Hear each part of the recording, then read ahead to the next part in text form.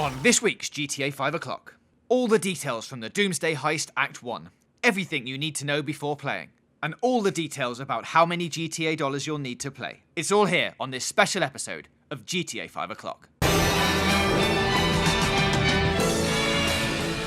Hello and welcome to the second of our GTA 5 o'clock specials, all about the Doomsday Heist. My name is James Jarvis and I'm joined once again by Dan Dawkins. Top of the day to you, sir. Hello. So yes, Dan, the Doomsday Heist, we've played them, well, we've essentially played Act 1 so far, which is a massive multi-part mission where you have to do loads of different things, and it's really exciting. So we're going to give you guys the details of what you have to do to enter the heists, like how they all work, the things that you'll be doing, the different vehicles you'll be getting, and essentially, or especially, how much fun we actually had playing them.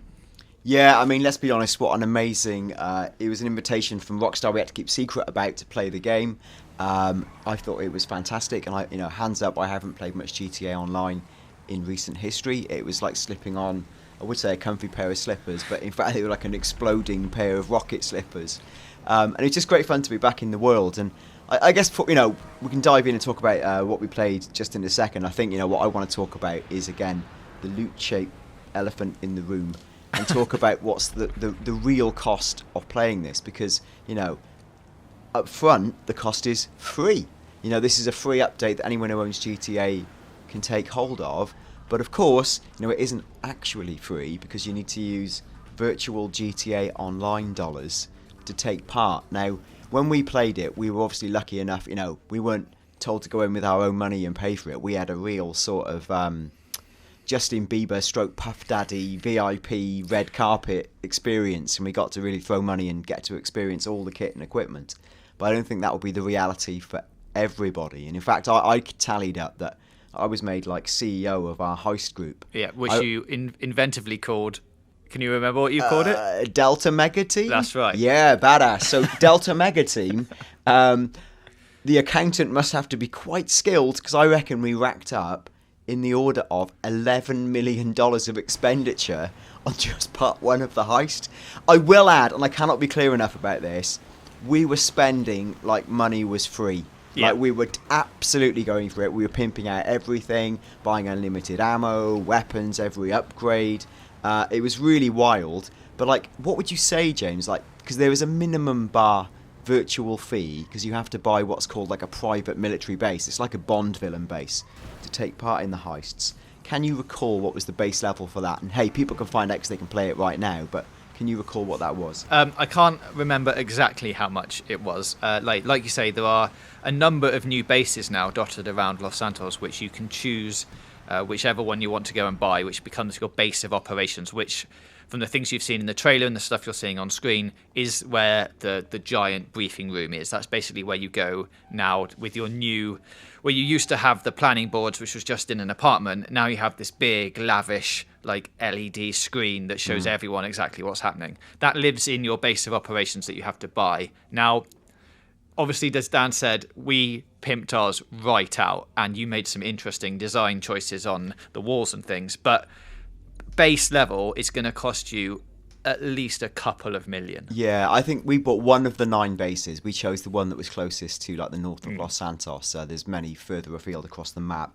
I think we spent in the region of $2 to $3 million acquiring the baseline base, and I think about another $2 to $3 million buying every single one of the 4 upgrades. And they were things like weapons rooms, things that were nice, but in a way kind of peripheral. There were other ways to do this stuff, but we really spent on all of it. I also dropped the best part of, and again, don't quote me on the figure, I think between $3 and $5 million buying an orbital laser. Yeah, now that's the thing you see in the trailers when everyone goes and looks around that big circular room, which is very Bond villain-esque, where you go in and it's basically a one-shot kill thing on anyone in the map. So the map you get in the middle of the screen is the live free roam player lobby, and you can either manually target that laser where you just drive it around and see a player and go, I'm going to blast them with my massive space laser, or you can use automatic targeting where you get a list of players who are in that lobby and you just select the one that I guess you hate the most, and then you just automatically fire a laser at them. Now, there is a massive cooldown time once you have fired it, so you can't go around spamming the whole lobby full of laser fire. Yeah, and apart from that, there's the cooldown time, so once you fired it, you can't keep spamming it. And again, the cost to entry is millions of dollars, so not everyone's going to have one. It is really powerful, but it's only like a smart bomb on a very localized area of the map. So, it's a cool addition. It makes you feel powerful. It's not the most important thing ever. I guess the thing I wanted to get across was, let's say, you bought GTA 5 and played it a lot in single player, but didn't really get involved online. You may have received, and when you log in, you may receive, a nice money leg up from Rockstar. I don't know what the latest situation is, but let's say you started on $0, which isn't the case. I think you'd have to spend the equivalent of like a whale shark card to get up and running, and a whale shark card is $3.5 million, which equates to $49.99, and that's like an undiscounted version of it, or £30.79, which, and again, I've seen online for £18. So, I think you are looking at, and again, this is if you had $0 virtual dollars, and you may well have millions of dollars in your account anyway, so in which case it is free, inverted commas. Now, all right, it's then it's smuggled cost of what, £20 to £30, $40 or whatever it is. Is that so bad, right, for what is an absolutely zinging full AAA production heist? We played just part one of the heist. Yeah.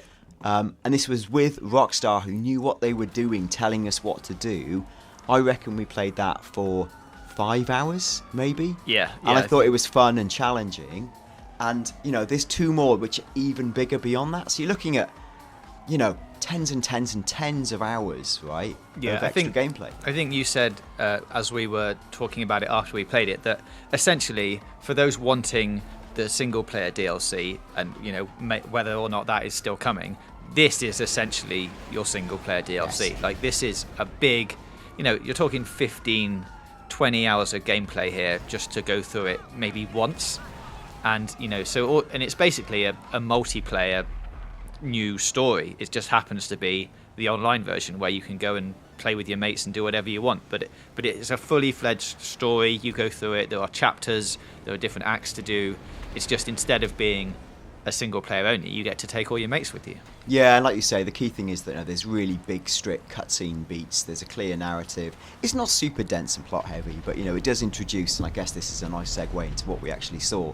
It does introduce this character, this billionaire entrepreneur, Avon Hertz, who's technology focused and drives an electric powered car, which is one of the new cars they introduced quite recently. That was quite a nice little secret prelude to this. Now, he is in no way inspired by any real life electric car driving CEOs. He just happens to have similar hairstyles and a name that's not dissimilar. Yeah, just like there are some new vehicles and things in this DLC that are definitely in no way related to any 80s movies cars or anything like that. Yeah, in no way. And again, the plot is quite fun. It's very topical. It's very Rockstar.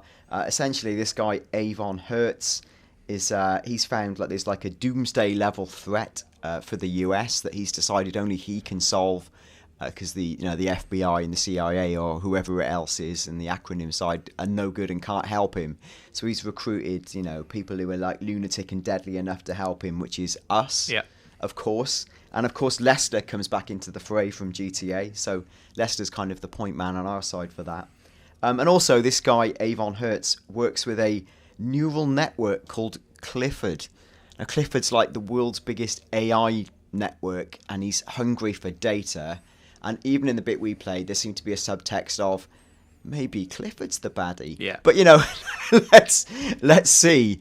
It was definitely really fun, and in a way, it's all a big MacGuffin, as they say. Like, it's all an excuse to get hold of this like billionaire's tech equipment to fight really massive powers beyond your normal day to day. And I think as well, what I really liked about it, the entire idea of who's the actual threat was massively fudged. To the point where someone said, "Come on, it's the Russians. Yeah. It's clearly the Russians." And like even that is a classic bit of Rockstar sideswipe over political comment. So should we get on to the stuff that we played then? It starts off by basically only one of you has to have the millions in the bank to be able to afford this base in your team of between 2 and 4 people. So if there is one of you in the people that you play with regularly online that maybe has more money than everyone else, that's fine. They can just be the CEO. They are the ones who get to name the company. In this case, it was Dan with our Delta Mega Ultimate Squad, or whatever you called it. Delta Mega Team, my friend, I think. So Dan was in charge of the money aspect, basically. And it works the same way as all the other heists. You go out, you do the thing, and then at the very end, on the final payoff, you get to decide who gets the percentage cut of however much money you're going to be taking away. Which, considering that you did spend a good, cool 10 to 15 mil, didn't get your money back, did you? Which you were quite sad about. Were I Alan Sugar in the UK or latterly Donald Trump, this would be a Trump-level investment where I sunk $11 million into personally recouping $425,000. So I think all of the team, we made a total of about 1.6 million, 2 million, but, split evenly because I'm that kind of guy between 4 of us. And again, we didn't do it very well, so we missed out on all kinds of extra bonuses. Oh, yeah. But, that's some bad investment. Well, it would be, but then you have to weigh up how much fun you actually had. And you go, high.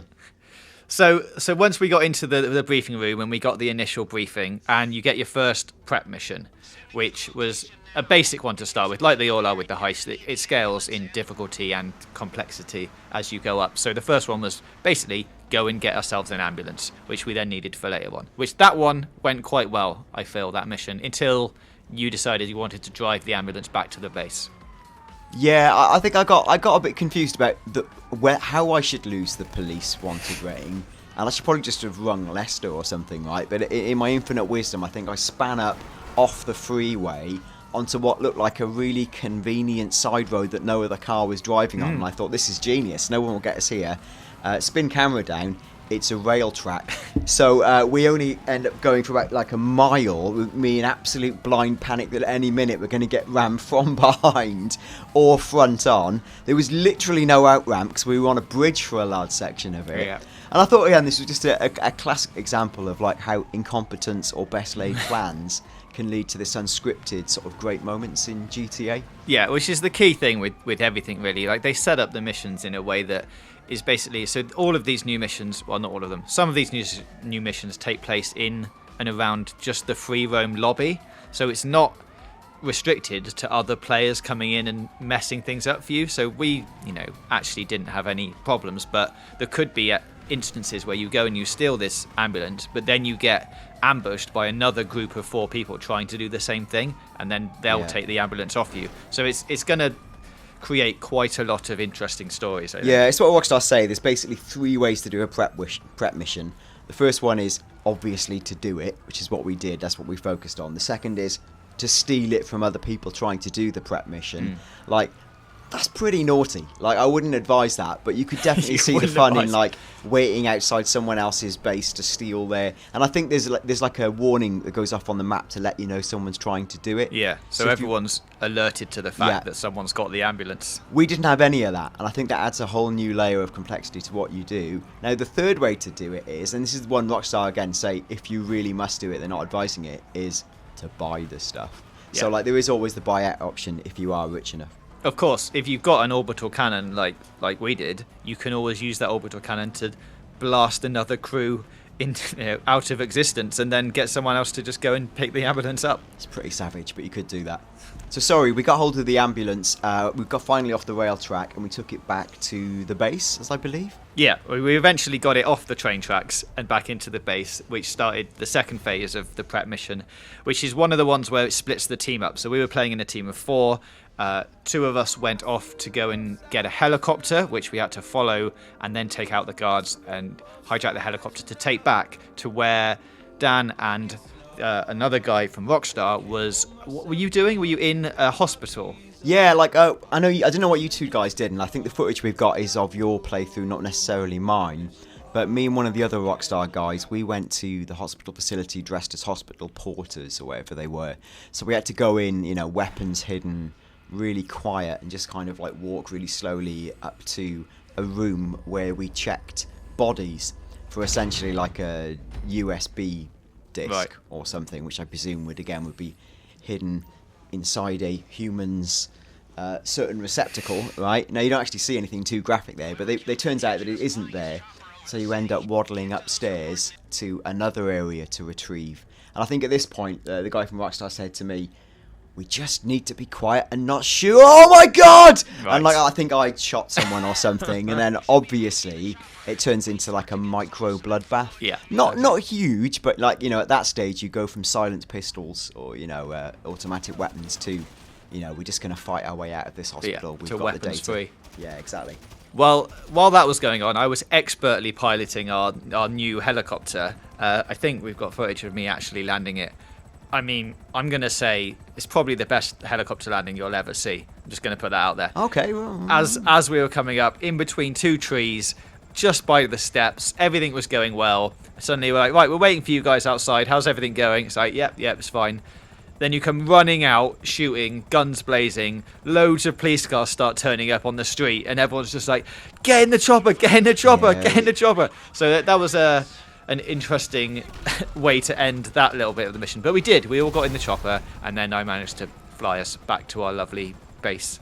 yeah, and that's part one of the first sort of stage of the heist, of which there's 3 stages. So part 2, and this is where the game really hots up, was much more interesting, James. Yeah, this is a thing with the new Doomsday Heist, is they're much more over the top and much more elaborate than anything you've done before. It used to be go and rob that convenience store, then you'll build up to robbing the bank and you'll take the money. But now, I mean, this second stage was maybe my favourite stage. It was go and get these new cars, which are definitely not DeLoreans.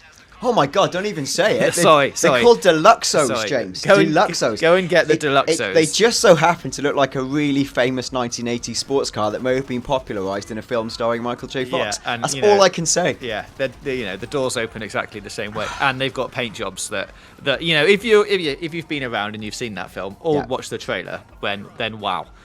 So you go and get them. The mission starts off with you basically just have to steal 4 of them for the one each member of your crew, and then you take it to one of the paint job shops and just respray it into whatever you want. So I chose traditional colours. Other people chose pinks and greens and whatever. I went with like chrome blue, like Lester he does. If it wasn't already obvious enough, Lester recommends that brush steel is the way to go. I don't know why, for what authentic reasons, but we did go with colours. So that takes you then essentially to the it's where it really ramps up, the second part of the second act. What happens there, James? Which is amazing, basically. You're driving along, you have to get your phone out and hack vans that you're following around. So each of you get a different target. So it's like A, B, C, and D marked on the map. Yeah. And then you have to coordinate with your team going, I'm going to go A, I'm going to go B, C, and D. And these targets are like vans, right, that are driving around. So you have to kind of intercept them on the fly, don't you, on the streets? Yeah, so the first bit of the upgrade that your non-80s car has got, the Deluxo has got, is like machine guns on the front. So you have to drive up to these vans, and there's guys that are hanging out the back with machine guns trying to shoot you off, and you just have to stay in a certain radius so you can hack the data from one of these vans without your car getting blown up. Now, the first surprise about the Deluxo's upgrade isn't just the cup holder or the leather seats. No, you have in fact got, well, A, machine guns fitted, and then B, you have homing rockets. So yes. the guy on the back shooting me was giving me a little bit of fly style, but not when I sent a homing rocket into his nose. Good. I think the main point of that mission is not to destroy the vans until the end. So as long that as would you be bad. Yeah. So as long as you've got the data first, then you can blow them up. Yeah. Which leads you on to the next bit, which is another set of vehicles that is like marked A, B, C, and D again. So we had to re-coordinate ourselves and go, right, who's going to go for this? And you start heading towards your marker and then realise that I was like, oh, that's by the docks. That's interesting that it's going away from the docks now. And you're like, oh, well, now the marker's in the sea.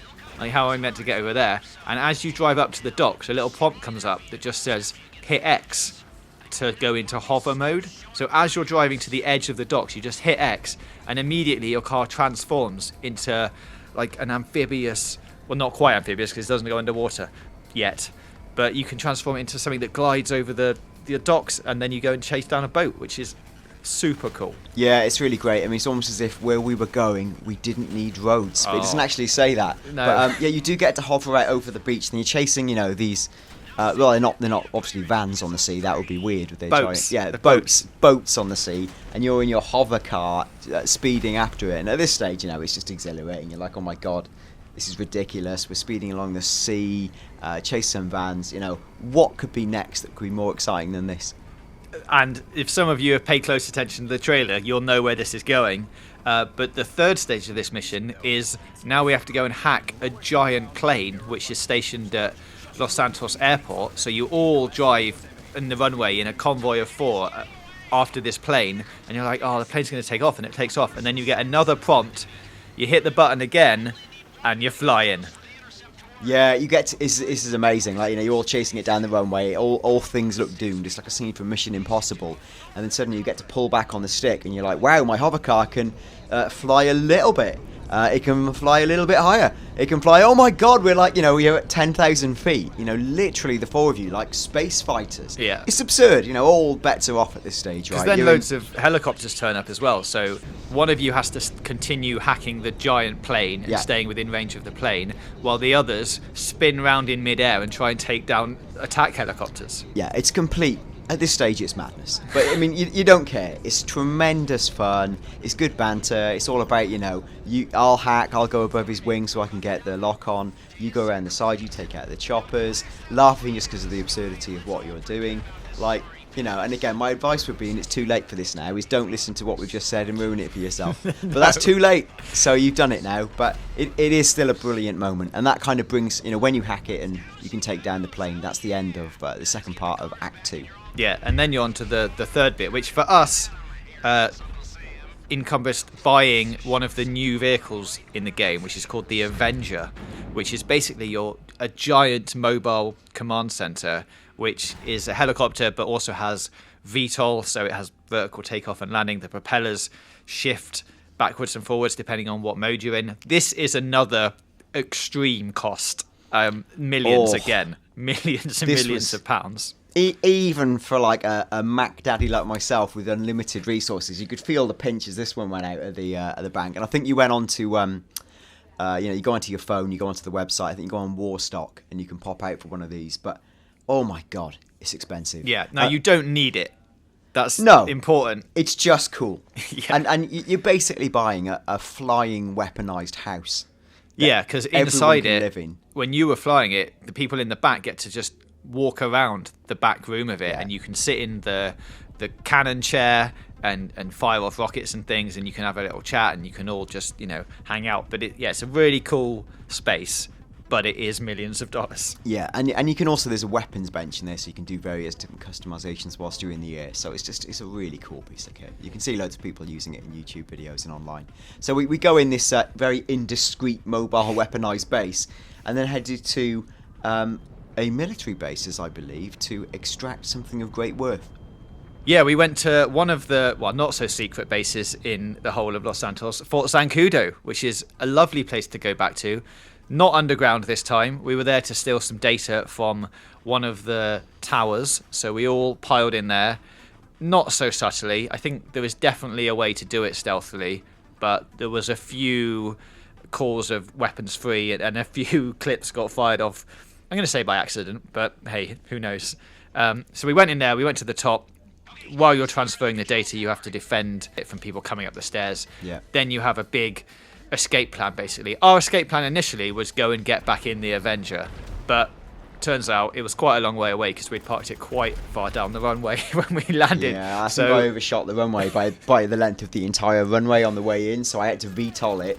And I'd left it just at a really inconvenient getaway location. Yeah, so we decided the best thing to do was planes. So we all got an individual plane, took off from Fort Zancudo, and I'd love to say smoothly made our escape, but there was definitely a few of crashed planes on the way past. Yeah, I think, again, to lean on my flying experience, I thought, I got back in the plane and went, wow, I haven't played GTA Online for a while. I'm definitely really good at flying. I'll just instantly do a loop-the-loop. Oh, to show how cool I am. Yeah. And then obviously, when we all restarted after I crashed and lost our last life, that went down really well. And on the second go, I think, again, everyone took off, and I couldn't find a plane, and spent ages running along the floor, desperately fighting for my life. And I think eventually, on my last bar of health, or I ate another power vest to keep going. We just made it out, and I think we went from there up high into the sky, possibly under duress and fighting from other planes. And you get then, from the data you steal, you get pinpointed to a location of what is a top secret helicopter that you need to steal. And I think the way we got to that was basically bailing out of our fighter jets mid-air, parachuting on a sixpence onto the plane itself. I say the plane, the chopper itself. And what was cool about the chopper? Well, eventually, what is cool about the chopper is it's not. I don't think it's activated at this stage, but it's got a special cloaking mode, which basically hides it from the radar, from all police and everyone else for about 3 minutes. So you can activate that if you need to get rid of the police, and then you're basically just flying invisible over Los Santos. So it's good for getting away from everyone if you've got wanted levels and safely getting back to your base, which is what we did. And then you use that chopper again for the final setup, when you have to fly it to another secret government facility, where you're going inside a very heavily secured server room to steal the final bits of data. Yeah, and like breaking into the server room, it's cool. It's at those kind of like desert satellite things, a secret underground base. As I remember, on the way in, you like have to fight your way in, and there's loads of guys stood outside. And I remember like running a few over with my sports car. It's a really exciting entrance. But as soon as you get inside, you get the opportunity to sit at like remote automated turret guns, and then you sit there at your little desk, and there's like tens and tens of cars and tanks and guys run in. You're just letting off these massive rockets and machine guns to clean them all up, which is super cool. And everyone's got their own little gun turret. Yeah, there's definitely a way in that's stealthy that can go a bit wrong, but on the way out, that's it. You get spotted, and it's basically all hell breaks loose, and you have to fight your way back out of this giant server room. Yeah, which is great. And so then when you actually head to the server room itself, I mean, that again is, as I remember, quite a lot of clambering, climbing, lots of really cool, that thing you do when you've got friends in the room and you pretend you're in special forces and clench your fist and move it forward and like engage. And there's a lot of you take the guy on the left, I've got the one on the right. Ready? Yeah. 3, 2, 1. 3, 2, 1, drop him, headshot. And it makes you feel briefly as if you're cool and not some kind of buffoon who's living out his fantasies in GTA Who's crashing Online. planes all over the shop. So that's all really, really cool. And then you eventually get to the server farm itself, where you have to like hack a few different. Everyone gets a terminal each, right, to hack. Yeah, and the hacking mechanic is quite good actually. It's you have to connect the lines from one side of the other, and it's basically a trial and error. You put them in, and it tells you you've got 2 out of 4 right, and then you have to work out which ones are wrong and which ones are right, and eventually connect them all up. But you have to do one each basically, so you're all relying on each other to understand and make that happen. Yeah, I did again. It did that comically clumsily. You sort of hazard upon it. You have to do. Hey, I wasn't going to mention anyone in particular. I just said you got to work as a team. I know. All right. Well, anyway, you sort of like you rig these things up side by side, but when you rig them all, like you do like a button to test them all, and it tells you which ones are right and which are wrong, and you do it by a process of elimination. I definitely got them all wrong on my first go, but whatever, right? Whatever. Yeah, we got there. We got there, and then obviously when that's done, a gazillion super armoured dudes come in to try and take you out in the server room. And it's quite testy fighting your way out. Like you think you've taken people down, but like they don't stay down. They take a lot of bullets. Those special SWAT guys.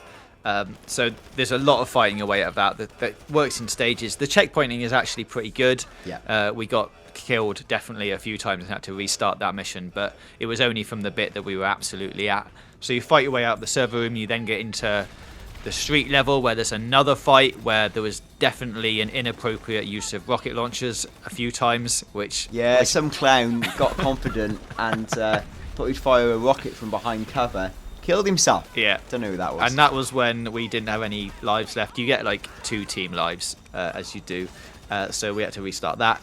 But then you end up back getting up onto the roof. You all get back in the chopper. You activate the stealth mode. You take the chopper back to your base, and everything is dandy. Yeah, and that's kind of that. That's like part 1 of the 3 stages of Heist. Yeah, only part 1. Yeah, and that took 5 hours. That was as long as we played. like we've probably talked about the key beats, what it would cost to actually get involved, and the thing to stress really is like it's super fun. Yeah. And this won't be news to most people who are listening now, but it was a reminder certainly to me that wow, GTA Online's still great. Like it's possibly, actually the visuals as good as they are, and maybe slightly showing their age, which sounds ridiculous to say, but I guess as we've edged towards a sort of 4K reality and the cusp of, new machines, it's possibly starting looking a bit creaky. But, hey, and also the things we haven't talked about are that there's music specially recorded for the game. Yeah, well, there's a few things that we should probably touch on before we leave you for this special episode. Number one is correct. There is new music and a brand new radio station, which you'll find on the dial. Yeah, and it may or may not be hosted by someone you know. Let's call them Barry Waves. In the traditional GTA style, let's call them that and see if you can work out who that might be. Yeah, I thought that was a really cool touch. But that's a brand new radio station, brand new songs, brand new interludes from Barry Waves on the hosting duties. So that's great. You would have seen in the trailer there are definitely jetpacks. You can buy the jetpacks, I think, from Warstock. It was on one of the options menus that we looked at, but we didn't get them for the missions that we were doing.